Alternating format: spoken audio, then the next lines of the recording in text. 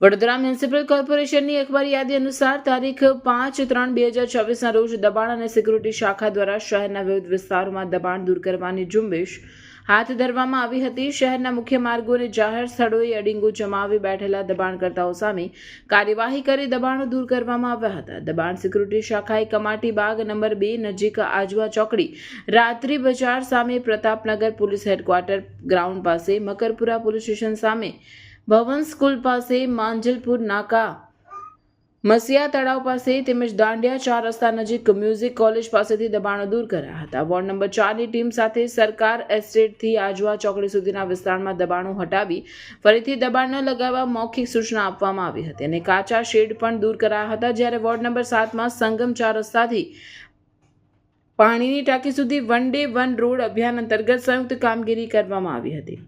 આ દરમિયાન કુલ 2 ટ્રક, સામાન અને 1 ટુ વ્હીલર જપ્ત કરી અનધિકૃત પાર્ક કરેલ વાહનો દૂર કરવામાં આવ્યા હતા.